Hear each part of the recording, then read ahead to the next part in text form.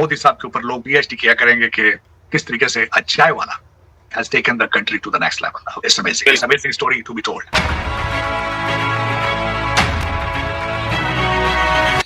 Melanie Modi एक मर्तबा फिर टॉक ऑफ द टाउन बन चुका है। होता है तो मोदी साहब की बात जो है वो बिल्कुल मैं उसको सेकंड करूंगा कि the next 21st century is Asia century, sun will rise from the east, इसमें कोई शक नहीं है, मैं इसको सेकंड करूंगा। भारतीय वजीर आजम नरेंद्र मोदी जिस एक कंपोज्ड स्टाइल से जॉर्जिया मेलोनी से मिले, और आपको पता है कि जॉर्जिया मेलोनी बहुत बड़ी फैन है नरेंद्र मोदी साहब की, बहुत बड़ी फैन है जॉर्जिया मेलोनी साहिबा। उनके रूम पहुंचने पर जॉर्जिया मेलोनी ने उनका स्वागत भी किया, जिसको लेकर एक पोस्ट उनकी तरफ से किया गया है और उसमें लिखा गया है, स्वागत है मेरे दोस्त। लेकिन भारत के हवाले से मैं ये कहूंगा चीमा साहब कि भारत ने आज जिस पॉइंट पे पहुंचा एक दिन में नहीं पहुंचा, इसके पीछे एक पूरी कैंपेन चली है और कई सालों की चली है।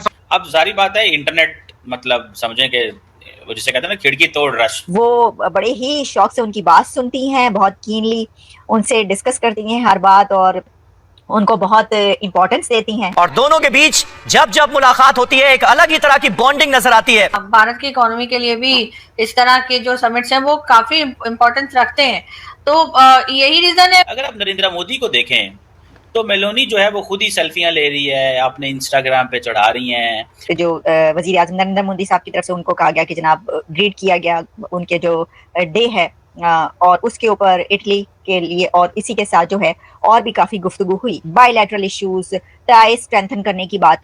तो भाई टाइज और कितनी स्ट्रेंथन करनी है, आप ये तस्वीर देख रहे हैं। मेलानी मोदी एक मर्तबा फिर टॉक ऑफ द टाउन बन चुका है और वो इस तरीके से कि जो जॉर्जिया मेलानी है प्राइम मिनिस्टर ऑफ इटली, उन्होंने, और आपको पता है कि जॉर्जिया मेलानी बहुत बड़ी फैन है नरेंद्र मोदी साहब की, बहुत बड़ी फैन है जॉर्जिया मेलानी साहिबा।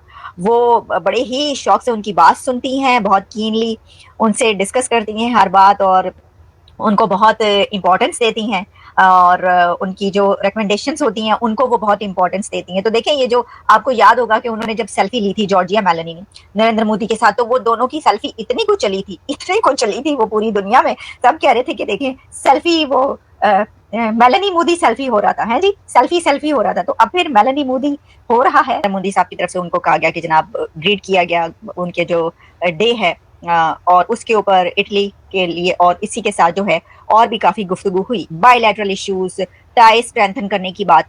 तो भाई टाइज और कितनी स्ट्रेंथन करनी है, आप ये तस्वीर देख रहे हैं, थंबनेल पे आपने तस्वीर देखी है, क्योंकि जो थंबनेल पे तस्वीर है वो बस देखिए हाथ से हाथ जुड़े हुए हैं, बस हाथ पकड़ने की देर है। तार साहब आज कहाँ से बात शुरू करें? आज तो ये हमारे पड़ोस भारत के अंदर एक बहुत बड़ा डिप्लोमेसी का दिन था, बल्कि सिर्फ पड़ोस में नहीं, जिसने पूरी दुनिया को बड़ा इम्पैक्ट किया है। जारी बात है साउथ एशिया को, वेस्ट एशिया को, यूरोप को, मिडल ईस्ट को, इवन के अमेरिका को भी। डॉक्टर साहब कैसे देखते हैं नरेंद्र मोदी की, जो पहले तो ये कहा जा रहा था कि वो कंसेंसस डेवलप नहीं कर पाएंगे, लेकिन एक कंसेंसस ड्राफ्ट जो है वो भी जो रेजोल्यूशन है वो भी अप्रूव हो गया, और उसके बाद हमने देखा कि चाइना के बेल्ट एंड रोड इनिशिएटिव के मुकाबले में एक नया जो इकोनॉमिक कॉरिडोर की बात की जा रही है। मतलब मैं समझता हूँ it's a remarkable event today, जो जिस तरीके से चीजें आज सामने नजर आ रही हैं, डिप्लोमेसी, बल्कि इस डिप्लोमेसी को नया नाम दिया जा रहा है मोदी डिप्लोमेसी, मोद डिप्लोमेसी इसको कहा जा रहा है, नया नाम है, और इंडिया वे इसको नाम दिया जा रहा है, जिस तरह कहा जाता है अमेरिकन वे और चाइनीज वे, सो इंडिया वे। तो मैं जो इस पे बात करना चाहूंगा कि आज हो क्या रहा है भारत के अंदर इस वक्त। जो मुझे सबसे ज्यादा चीज जिसने स्ट्राइक किया है वो ये है कि आज जो अमेरिकन मीडिया है वो सबसे ज्यादा आज जो यहाँ पे खबर चल रही है कि America has already given their go ahead for the seat for India in a permanent seat in a security council. उसकी सपोर्ट उन्होंने दे दी है। अब पता नहीं how the China and Russia is going to behave कि Bharat is getting very close, inches away from the getting a permanent seat in United Nations security council. मैं सबसे बड़ी न्यूज मैं समझता हूँ ये जो एक भारत की ख्वाहिश थी, जिसके लिए उन्होंने इतनी कैंपेन चलाई, जिसके लिए मोदी साहब अमेरिका आए, फ्रांस गए, उसके बाद ग्रीस गए, यूएई गए, जकार्ता गए, और जो एक नए ब्लॉक में जिस तरीके से वो अपने आप को प्रमोट करते रहे, भारत को प्रमोट करते रहे, मैं समझता हूँ this is extreme of it, और जिसकी वजह से उन्होंने वो जो उनका एक अल्टीमेट ऑब्जेक्टिव था उसके how close they are getting to that, उसकी एक तो सबसे बड़ी आज सिग्निफिकेंस मैं ये समझता हूँ वो है मैरीटाइम रूल्स की बात करना, वहां जाके साउथ चाइना सी की बात करना। दर हकीकत वो डायरेक्ट अटैक था ऑन द चाइना, और वेस्टर्न जो एजेंडा था वेस्टर्न सिविलाइजेशन का, वेस्टर्न कंट्रीज का, उसको प्रमोट करना। वो उन्होंने बड़े टेक्निकल तरीके से उसको इस्तेमाल किया, फिर वापस आए। आपने जिस तरह फरमाया कि मोहम्मद बिन सुलेमान सोचने पर मजबूर हो गया है कि I should either go with the Chinese camp और I should remain with western countries. मैं समझता हूँ ये भी बहुत बड़ी अचीवमेंट है, और ये अचीवमेंट भारत को इसका क्रेडिट जाता है, मोदी जी को क्रेडिट जाता है, who has set the tone for that. उसके बाद में दूसरा जो बेल्ट एंड रोड इनिशिएटिव जो चाइना का था, उसको जिस तरीके से काउंटर करने की कोशिश की गई है कि भारत से किस तरीके से शिपमेंट जाएगा, जो मैं बात करना चाह रहा था, तो मैंने शायद आपको पहले बताया था पिछले सेगमेंट में कि इसका जो इसका एक एजेंडा था, एक तो ग्लोबल साउथ के बारे में, ग्लोबल ग्रोथ, फाइनेंशियल स्टेबिलिटी और development needs of global south. और मैं समझता हूं उसमें बड़े सक्सेसफुली मोदी साहब ने जो किया है, भारत कर रहा था कि इसमें फ्रेट के कास्ट को किस तरह कम किया जाएगा और किस तरीके से बेल्ट एंड रोड इनिशिएटिव को काउंटर किया जाए। और उस तरीके से अब उनका जो प्लान था, वो प्लान जो उन्होंने बनाया है कि यहां से शिपमेंट दुबई जाएगी और दुबई से ट्रेन के जरिए वो आगे यूरोप में जाएगी। तो उन्होंने क्लियरली एक पाथ दे दिया है which is accounted to the BRI। अब BRI की कमजोरियां क्या है, मैं वो उनको भी मेंशन करना चाहूंगा। एक तो BRI को समझा जाता है कि डेट ट्रैप है फॉर द डेवलपिंग कंट्रीज, जिसकी मिसाल आपके सामने श्रीलंका की मिसाल मौजूद है कि उनका एक डेट ट्रैप था जिसके अंदर वो फंसे और बैंकरप्सी तक चले गए। अब दूसरा विक्टिम सामने पाकिस्तान नजर आ रहा है, लेकिन पाकिस्तान को मैं विक्टिम समझूं या बेनिफिशियरी समझूं, उन्होंने जो 26 करोड़ बिलियन डॉलर के वीजे खरीद लिए, पाकिस्तानियों से डील करना इतना आसान थोड़ी है। वो देखें, वो तो चाइनीज देखेंगे कि फ्यूचर में it was a good decision और बैड डिसीजन, लेकिन वो फंस गए बेचारे। वहां पे बलोचिस्तानी जो है, वो हमारे बलोच भाई जो है वो अलग अपना हिस्सा मांग रहे हैं, पंजाबी भाई अपना हिस्सा मांग रहे हैं, ब्यूरोक्रेसी अपना हिस्सा मांगती है, लेकिन ये कि चाइना पता नहीं वहां से किस तरह निकलता है BRI के चक्कर में। अगली बात जो करना चाहूंगा, इटली निकलना चाह रहा है उसमें से। इटली ने कहा है कि भाई ये कोई अच्छा प्लान नहीं था, we made a mistake. So there is already sour taste, there is already bad there is a bad reputation in the for the BRI के हवाले से। और उसको पीछे जो सपोर्ट कर रहा है वो चाइना की स्लगिश इकॉनमी है। इस वक्त कोविड-19 के बाद वो अपने सप्लाई चेन रिस्टोर नहीं कर पाए। उसके बाद ये बात हुई है कि उन्होंने बिलियनर्स को बुला के पूछते रहे कि हम क्या करें। बल्कि इस वक्त क्या हो रहा है कि जितनी बड़ी कंपनियां हैं वो वहां से अपने मैन्युफैक्चरिंग प्लांट्स को उठा के वियतनाम लेके जा रही हैं, वियतनाम के बाद मलेशिया जा रही हैं, उसके बाद वो बांग्लादेश जा रही हैं और भारत आ रही हैं। ये चाइनीज को भी पता चल चुका है कि कोविड-19 के बाद इस almost a new world order, जिसका मोदी साहब ने भी जकार्ता में जाकर डिसीजन किया। जकार्ता में मोदी साहब ने फरमाया है कि 21st सेंचुरी एशिया की सेंचुरी है। वो कोविड-19 के बाद नया वर्ल्ड ऑर्डर जो है उसको एस्टेब्लिश करेगा, वो भारत उसको लीड करेगा आगे। तो मैं समझता हूं कि और दूसरा आपने देखा होगा कि जिस तरीके से अफ्रीका के अंदर, जिबूती के अंदर भी उन्होंने अपनी आर्मी बेस बनाई, और जिस तरीके से वहां पे चाइना ने एक्सक्लूसिव कॉन्ट्रैक्ट साइन किया उसको काउंटर करने के लिए अफ्रीकन यूनियन को G20 की मेंबरशिप दी गई।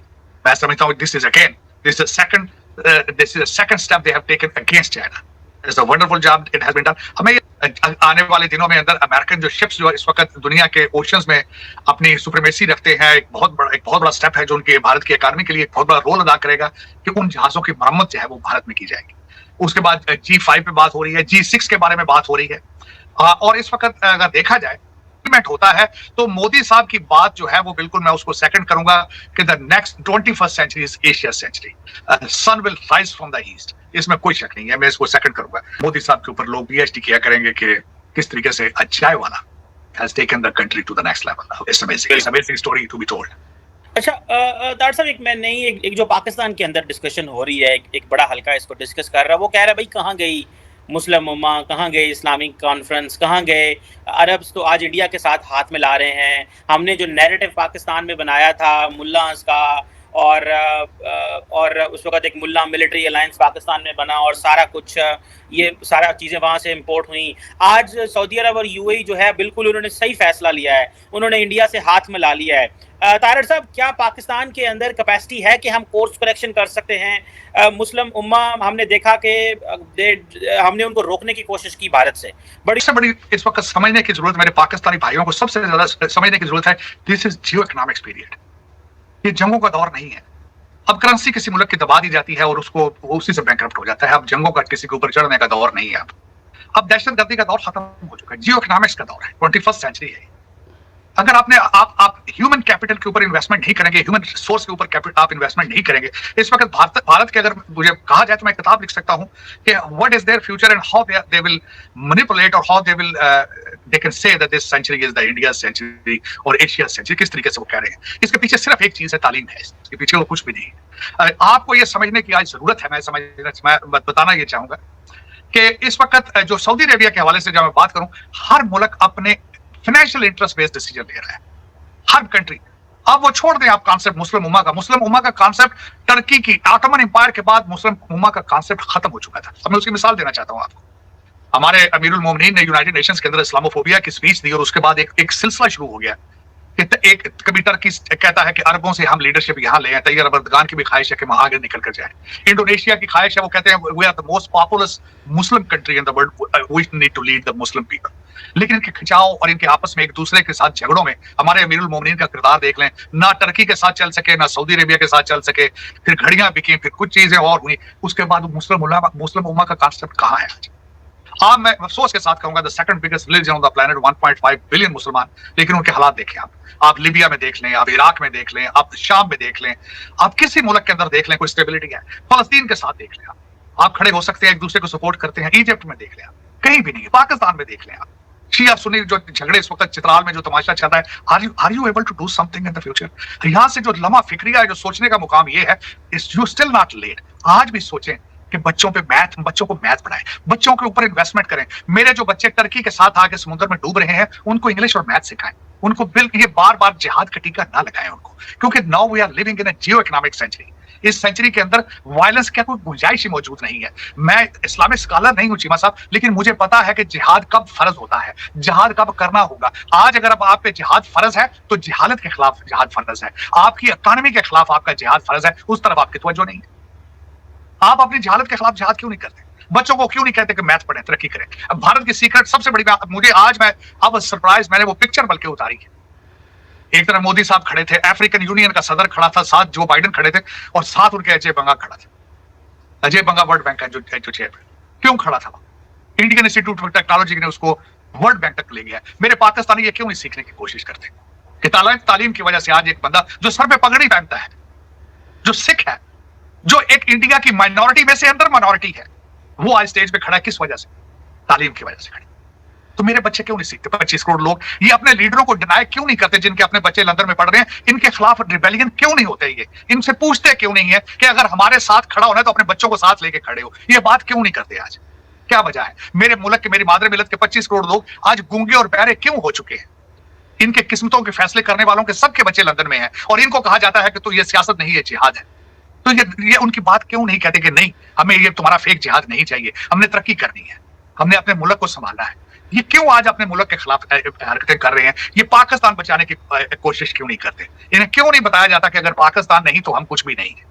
वजह तो ये है, बात समझने की ये है चीमा साहब, आज सबसे बड़ा सीक्रेट भारत की तरक्की का उनका अमेरिकन डायस्पोरा, उनका इंडियन डायस्पोरा, उनकी तालीम, उनकी सक्सेस। उन्होंने कहा है कि आज सबसे चीपेस्ट स्पेस ट्रैवलिंग जो भारत ने की है, वहां पे ना अमेरिका जा सका है चांद के उस हिस्से पे, ना उसमें रशिया जा सका है, ना चाइना जा सका है। मेरे बच्चे क्यों नहीं ये सुनते बात? मेरे 25 करोड़ लोग, मेरे दोस्त क्यों अंधे हो चुके हैं कि भारत अपनी चांद के उस हिस्से पे लैंड किया है जहां अमेरिका लैंड नहीं कर सका, रशिया लैंड नहीं कर सका वहां पे। तो अगर इनको मैं कहूं कि आप इंडिया का मॉडल देख लें, कुछ सीख लें, ये मेरे खिलाफ ये बातें शुरू करते, कहते हैं ये रात एजेंडा है, कहते हैं ये पाकिस्तान बैशिंग करता है। और मैं तो मेहनत ये कर रहा हूं, सीख लो उनसे कुछ यार। मैं तो खुद बहादुर होकर बाहर बैठा हूं, मुझे तो खुद आपके सिस्टम ने रिजेक्ट करके निकाला है वहां से। लेकिन आप क्यों नहीं सीखना चाहते? आप कितनी नफरत क्यों है भारत के साथ आपकी?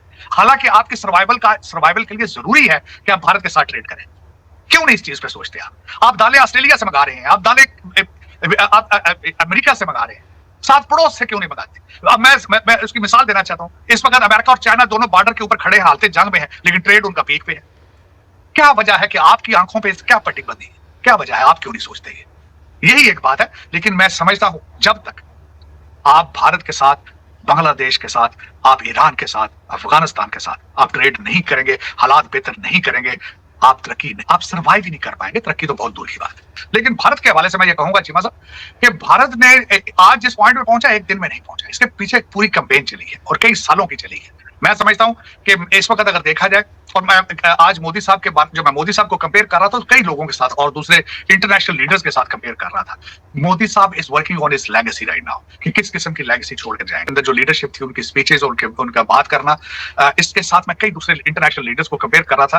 तो he is worried about his legacy as a leader, और उसमें ज्यादातर जो लोगों ने दुनिया के अंदर लेगेसी छोड़ी है तो फॉरेन पॉलिसी और फॉरेन रिलेशनशिप्स के हवाले से लेगेसी छोड़ी है। तो मैं समझता हूँ it's a wonderful, he will leave a big shoes to fill in the future for the Indian leaders. मैं सबसे बड़ा जो इस वक्त जो मुझे फिक्र है वो फ्यूचर के अंदर जो भारतीय लीडर आएंगे, how they will justify what the Modi has done for India right now. और मैं तो बल्कि हमेशा कहता रहा हूँ चीमा साहब इसमें कि एशिया के अंदर अगर देखा जाए तो मोदी साहब is a role model and other countries need to follow it. उसमें एक सबसे बड़ी इंपॉर्टेंट चीज जो मोदी साहब की है इज अ नेशनलिज्म। नेशनलिज्म होता है जब कौमियत आती है जिसमें प्राइड जो आपको देता है उसके साथ दूसरी चीजें कम्स विद अ पैकेज। अभी यही समझते हैं इस समिट को बहुत इसकी इम्पोर्टेंस है और इससे काफी फायदा होने वाला है। देखिए रोहित दादा ने इसको बहुत अच्छे से बता दिया। नॉर्डिक कंट्रीज यानी स्कैंडिनेवियन कंट्रीज भी इनको कहते हैं। ये यूरोप के नॉर्थ में जो कंट्रीज पड़ती हैं 5 देशों का समूह है, Finland, Denmark, Norway, Sweden and Iceland, ठीक है ना। तो ये कंट्रियां जो हैं ये अगर आप ग्लोब को देखें तो ये नॉर्थ में पड़ती हैं, ये जो नॉर्दर्न हेमिस्फेयर है उसमें पड़ती हैं, ये आर्कटिक के पास है। आपको पता है 2 पोल हैं, साउथ पोल और नॉर्थ पोल, ठीक है ना। तो जो नॉर्थ पोल है उसको आर्कटिक कहते हैं, साउथ पोल को अंटार्कटिक कहते हैं। तो आर्कटिक के पास जो है बहुत ज्यादा रिजर्व्स हैं जो मिनरल्स के, जो अभी तक यूज नहीं हुए हैं। आर्कटिक का एरिया एक ऐसा एरिया है जो किसी की कंबाइंड सॉवरेनिटी नहीं है वहां पे। आर्कटिक जो जोन है, जो एरिया है, उसको 7 कंट्रियां मिल के चलाती हैं through an Arctic charter, Arctic treaty. उस ट्रीटी में उस एरिया में 7 या 8 कंट्रीज हैं मेरे ख्याल से, अगर मैं गलत नहीं हूं, जिनकी कंबाइंड सॉवरेन क्लेम्स हैं, जिनके सॉवरेन राइट्स हैं। उनमें है रशिया, कनाडा, अमेरिका और ये नॉर्डिक कंट्रियां जो हैं, ये सारी अपनी उनकी सॉवरेन क्लेम है। उसके अलावा आर्कटिक के जो रिसोर्सेज हैं उसमें आर्कटिक के गवर्नेंस सर्कल में इंडिया भी एक ऑब्जर्वर की हैसियत रखता है, एक ऑब्जर्वर की तरह वहां पे वो पहुंचा हुआ है। So over the period of time जो नॉर्डिक कंट्रियां थी और जो आर्कटिक का गवर्नेंस था उसमें चाइना बहुत इंपॉर्टेंट रोल प्ले कर रहा था, बहुत इन्फ्लुएंशियल रोल प्ले कर रहा था, बहुत एग्रेसिव रोल प्ले कर रहा था। सो जब से रशिया का यूक्रेन पे अटैक हुआ है, ये जो नॉर्डिक कंट्रियां हैं इन सब की पास्ट जो है वो रशिया से मिलती है। जैसे फिनलैंड 1925 तक रशिया का पार्ट हुआ करता था, ठीक है ना। ये पूरा जो है लिथुआनिया, एस्टोनिया, ये सब उसी से सीआईएस से निकले हुए हैं, मतलब रशिया से निकली हुई कंट्रियां हैं जो रशियन यूएसएसआर का पार्ट हुआ करती थी। Let me correct my self, not Russia से निकली हुई कंट्रियां बट यूएसएसआर का पार्ट हुआ करती थी। तो ऐसे में रशियन यूक्रेन जो वॉर है उसने इन कंट्रीज को थोड़ा भयभीत भी कर दिया है। तो ये अपनी डिपेंडेंस जो है वो चाइना से हटाना, नंबर 1 कि वो चाइना के ऊपर ओवर डिपेंडेंस नहीं रखना चाहती। चाइना को वो अल्टरनेटिव रशिया नहीं बनना देना चाहती है, क्योंकि चाइना भी उसी तरीके की एग्रेसिव पॉलिसी रखता है दूसरे देशों के प्रति जो रशिया लगता है। तीसरा, दे वांट कि जो इंडियन मार्केट है उनका उनको एक्सेस मिले। आपको पता है कि एक समय जो विश्व में मोबाइल की कंपनी राज करती थी वो नोकिया होती थी, और वो इन्हीं, मेरे ख्याल से अगर मैं गलत नहीं तो स्वीडन की कंपनी थी या नॉर्वे की, ऐसे किसी की कंपनी थी। एरिक्सन है, सोनी के साथ उनका जो आया था। एरिक्सन बहुत बड़ी कंपनी है आज की डेट में भी। ग्रामीण जो फोन आते हैं वो भी मेरे ख्याल से उधर ही कहीं किया है, अगर मैं गलत हूँ तो मुझे ठीक कर दिएगा आप लोग। तो मेरे कहने का मतलब है कि उनके पास बहुत टेक्नोलॉजी है इंडिया को देंगे। अच्छा, इंडिया का क्या लाभ है? सबसे बड़ा लाभ है वो है क्लीन एनर्जी की जो टेक्नोलॉजी है। यूएनएफसीसी के अंदर में, United nation framework convention on climate change, उसके अंदर में जो ग्रीन हाउस गैसेज है उनको कर्व करने के लिए आप गैसेस को जो बेचने और खरीदने के अलावा कंट्रोल कर सकते हैं through clean development mechanism, CDC कहते हैं वो, उसके through. So clean development mechanism में आपको इन्वेस्ट करना पड़ता है ऐसी टेक्नोलॉजी पे जो ग्रीन एनर्जी प्रोड्यूस कर सके या ग्रीन एनर्जी को कंज्यूम कर सके। दोस्तों, जैसे कि आपने क्लिप में देखा कि पीएम नरेंद्र मोदी अभी यूएई में थे, यूएई से वो चले गए हैं नॉर्डिक देशों में, ठीक है। वैसे जो क्या बोलते हैं नॉर्थ में जो यूरोप है ना, यूरोप में जो नॉर्थ का नॉर्दर्न एरिया जो है उसे मतलब कि क्या बोलते हैं, ये मतलब कि एक नॉर्डिक नेशंस का, नॉर्वे हो गया, स्वीडन हो गया, ठीक है। ये मतलब कि और भी दो तीन देश और हैं, मतलब इनका एक नॉर्डिक अलायंस है, नॉर्डिक अलायंस, ठीक है। हम नॉर्डिक देश हैं, वहाँ पे पीएम मोदी ने वहाँ पे जाके मतलब कि भाई वहाँ पे दौरा किया है, और भाई थर्ड मतलब कि समिट थी, नॉर्डिक समिट में हिस्सा लिया है पीएम नरेंद्र मोदी ने। और भाई इसमें मतलब कि सुरक्षा साझेदारी, ठीक है, और क्या बोलते हैं इंफॉर्मेशन टेक्नोलॉजी के लेकर मतलब कि भारत और इन नॉर्डिक देशों के बीच में बहुत ज़्यादा मतलब कि संबंध स्थापित करे गए हैं। और भाई आगे चलकर फ्यूचर में मतलब कि इंफॉर्मेशन शेयरिंग करी जाएगी, और भाई व्यापार के क्षेत्र में भी आगे बढ़ा जाएगा, दोनों की साझेदारी होगी, ठीक है भाई साहब। तो मतलब कि उसके बाद भाई साहब पीएम नरेंद्र मोदी इटली पहुँचे। इटली में भाई इतना ज़बरदस्त स्वागत हुआ इटली में प्राइम मिनिस्टर नरेंद्र मोदी का। उससे पहले हमने देखा था नॉर्डिक देशों में क्या बोलते हैं मतलब कि जो पीएम नरेंद्र मोदी जी का प्लेन है उसको एस्कॉर्ट करने के लिए फाइटर जेट्स आए थे उन देशों के, ठीक है, जिस देशों में गए थे नॉर्डिक देशों में, ठीक है। तो भाई मतलब स्वीडन, नॉर्वे, भाई सब ये इन्होंने मतलब एस्कॉर्ट किया। यहाँ तक कि यूएई ने भी मतलब कि एस्कॉर्ट किया था पीएम नरेंद्र मोदी के प्लेन को, ठीक है, जब वो पहुँचे थे। तो भाई कितना बड़ा सम्मान है भारतीय प्रधानमंत्री के लिए, ठीक है भाई साहब। और नॉर्डिक देशों का जो मतलब कि कर रहे हैं ना, मतलब कि दौरा कर रहे हैं, ये प्रधानमंत्री पहले प्रधानमंत्री है जो ऐसे देशों में जा रहे हैं भाई, ऐसे देशों, छोटे छोटे देश है, वैसे कहना तो नहीं चाहिए छोटे देश में, वैसे बता रहा हूँ मतलब कि इकोनॉमी वाइज थोड़ा सा देखा जाए तो छोटे देश हैं, और मतलब कि आबादी के हिसाब से देखा जाए तो वैसे कोई छोटा बड़ा नहीं होता। मैं दूसरे एंगल में बता रहा हूँ कि ये छोटे देशों में जाने से भी मतलब कि कतराते थे भाई। हाँ, हम क्या बोलते हैं, हमारे जो पिछले प्रीवियस प्रधानमंत्री होते थे जो ठीक है, तो वो मतलब कि सोचते थे कि यार भाई क्या फ़ायदा मिलेगा, लेकिन भाई प्राइम मिनिस्टर मोदी हर जगह से भारतीयों के लिए फ़ायदा ढूंढते हैं कि भाई मतलब कि जहाँ से भी फ़ायदा मिले ना भारत को फ़ायदा मिलना चाहिए। और अब इटली में जब पहुँचे हैं प्राइम मिनिस्टर नरेंद्र मोदी, तो भाई मोदी और क्या बोलते हैं मेलोनी, तो मिला के बना मेलोडी। तो मेलोडी को लेके भाई साहब पूरी दुनिया में मतलब कि सेंसेशनल हो गया ये क्लिप जो वायरल हुई है ना, प्राइम मिनिस्टर नरेंद्र मोदी ने और क्या बोलते हैं मेलोनी ने अलाइ करके मतलब ये मिलकर इंस्टाग्राम पे भाई साहब पोस्ट डाली है, ट्विटर पे भी डाली है, ठीक है भाई। तो भाई मतलब कि सेंसेशनल हो गया है, मतलब कि सेंसेशनल वायरल हो गई है क्लिप भाई, मतलब कि हर कोई देख रहा है भाई क्लिप को। उसमें प्राइम मिनिस्टर नरेंद्र मोदी और मेलोनी मतलब कि चॉकलेट है ना, चॉकलेट मेलोडी चॉकलेट यहाँ पे बहुत ज़्यादा मिलती है, पार्ले की मेलोडी चॉकलेट है, टॉफ़ी है, वो चॉकलेट वाली टॉफ़ी है। तो भाई उसको दिखा रहे हैं भाई prime minister Narendra Modi Meloni को कि देखो ये हमारे यहाँ की चॉकलेट मेलोडी चॉकलेट है। तो भाई उस चॉकलेट के स्टॉक्स कितने ऊपर गए होंगे भाई, जब प्राइम मिनिस्टर नरेंद्र मोदी मतलब कि भाई उस चॉकलेट को प्रमोट कर रहे हैं, मतलब एक तरीके से प्रमोट करना ही हो गया ना, मतलब कि उसका नाम है। तो भाई साहब उसके बाद प्राइम मिनिस्टर नरेंद्र मोदी ने सिर्फ नाम लेने भर से ही भाई साहब जो मेलोडी के स्टॉक्स हैं ना वो हाई लेवल पर चले गए भाई साहब। मेलोडी चॉकलेट भाई साहब मतलब कि आप उसके स्टॉक्स तो भाई वायरल हो गए हैं भाई साहब, जो उसमें पैसे लगाएंगे वो अलग ही बात हो जाएगी, ठीक है। खैर हमारा वो टॉपिक नहीं है, हमारा टॉपिक है भाई साहब प्राइम मिनिस्टर नरेंद्र मोदी जिस तरीके से भाई साहब प्रमोट करते हैं ना, भारत को प्रमोट करते हैं, भारतीयों को प्रमोट करते हैं, भारतीय टेक्नोलॉजी को प्रमोट करते हैं, भारत की सशक्त आर्मी को प्रमोट करते हैं भाई साहब, भारत के मतलब कि इंफ्रास्ट्रक्चर को प्रमोट करते हैं, भारत के मतलब कि एक एक चीज़ है ना, जो भारत की एक एक चीज़ है, भारत की संस्कृति है, सब भारत का, ठीक है, भारत की संस्कृति से लेके भारत का जो मतलब कि भाई साहब धर्म है, ठीक है भाई साहब, उन सबको ऐसे प्रमोट करते हैं ना भाई, मतलब कि भाई मतलब वो देखने लायक है, समझने लायक है भाई। नेशनलिज्म भाई साहब मैं मतलब कि बहुत बारी कहा है कि भाई साहब जो नेशनलिस्ट लीडर्स होते हैं ना उनकी सोच डिफरेंट होती है भाई साहब, वो भारत को सर्वप्रथम रख कर ही सोचते हैं, ठीक है भाई साहब। अगर भाई साहब कांग्रेस पार्टी भी अगर भाई साहब नेशनलिस्ट बन जाए, मतलब कि नेशनलिस्ट वाली गतिविधियाँ चला दे, वो सिर्फ और सिर्फ एक कम्युनिटी के वोट बैंक पर ही ना रहें, बाकी बल्कि भारत के हिंदुओं का भी वोट लें, तो भाई उनके लिए भी कुछ काम करें, उनकी बात करें, तो भाई उनको भी हिंदू वोट देंगे। लेकिन भाई सब क्या बोलते हैं, हिंदू बढ़ चढ़कर बीजेपी को वोट करते हैं। क्यों करते हैं? क्योंकि भाई वो बात करते हैं, ठीक है भाई साहब, हिंदुओं की बात करते हैं वो, ठीक है भाई साहब, हिंदुओं को प्रमोट करते हैं, हिंदुओं को आगे लाते हैं भाई, भारतीयों को आगे लाते हैं, ठीक है। तो भाई अगर हिंदुओं की बात नहीं करोगे भारत के अंदर रहकर, तो भाई साहब कैसे होगा, कैसे निपटोगे भाई साहब। कांग्रेस क्यों खत्म होती जा रही है? इसी वजह से खत्म होती जा रही है कि भाई साहब वो दूर जाते जा रहे हैं। उनके भाई साहब विधायक ले लो, सांसद ले लो, मंत्री ले लो भाई साहब, मुख्यमंत्री ले लो, मुसलमान बन रहे हैं, सब मुसलमान बन रहे हैं। तो भाई साहब मतलब कि कैसे करोगे भाई साहब तुम, मतलब कि भाई हर चीज़ में मुसलमानों को आगे भाई साहब, मतलब कि भारत में हिंदू नहीं रहते क्या भाई साहब, हिंदू भी तो रहते हैं ना भाई। भारतीय जनता पार्टी भाई हिंदुओं के साथ में जो भी माइनॉरिटीज़ वगैरह है ना सबको लेके चलती है।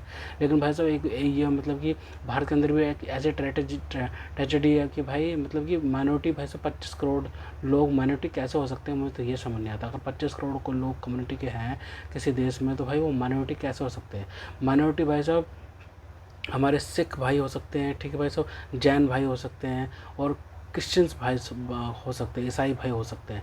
तो भाई मतलब कि मुसलमान कम माइनॉरिटी में तो नहीं है भाई साहब। माइनॉरिटी में होते तो वो बात अलग होती है भाई साहब। 25 करोड़ लोग माइनॉरिटी कैसे कह सकता है कोई किसी को। खैर दूसरा टॉपिक हमारा ये, मतलब ये टॉपिक हमारा नहीं है। दूसरा हमारा टॉपिक है भाई साहब प्राइम मिनिस्टर नरेंद्र मोदी जिस तरीके से भाई साहब प्रमोट कर रहे हैं, और भाई साहब इटली में भाई साहब इतना ज़बरदस्त स्वागत हुआ। और उसके बाद भाई साहब मतलब कि जो केमिस्ट्री होती है ना भाई, जो केमिस्ट्री मतलब कि दोनों नेताओं के बीच में है, प्राइम मिनिस्टर नरेंद्र मोदी और प्राइम मिनिस्टर मेलोनी के बीच में जो केमिस्ट्री है ना भाई साहब, वो बहुत ही ज़्यादा मतलब कि इंटरेस्टिंग है, ठीक है। बहुत ज़्यादा इंटरेस्टिंग क्या बोलते हैं उनकी केमिस्ट्री है भाई साहब। मतलब कि वो एक दूसरे को बात को समझते हैं, ठीक है भाई।